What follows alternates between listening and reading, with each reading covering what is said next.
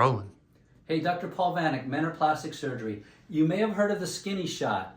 Once a week, you give yourself a shot. Just take a pinch, put a tiny, tiny needle. It's absolutely painless. We also include some HICC, which goes into your skin, into your tissues, tells your brain and your liver, turn on your energy. But Semaglutide is the skinny shot that works in multiple places. Number one, it tells your pancreas to make your insulin metabolism better, so your sugars are harmonized.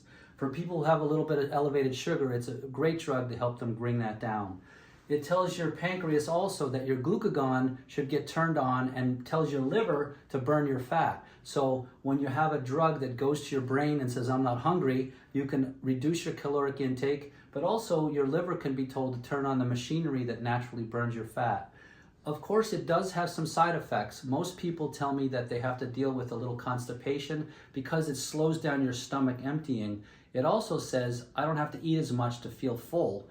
It makes you reduce the amount of time to empty your stomach, and all these things coalesce for you to lose weight from the first week. Come and see me, Men or Plastic Surgery, Semaglutide. Come get the skinny shot. See you soon.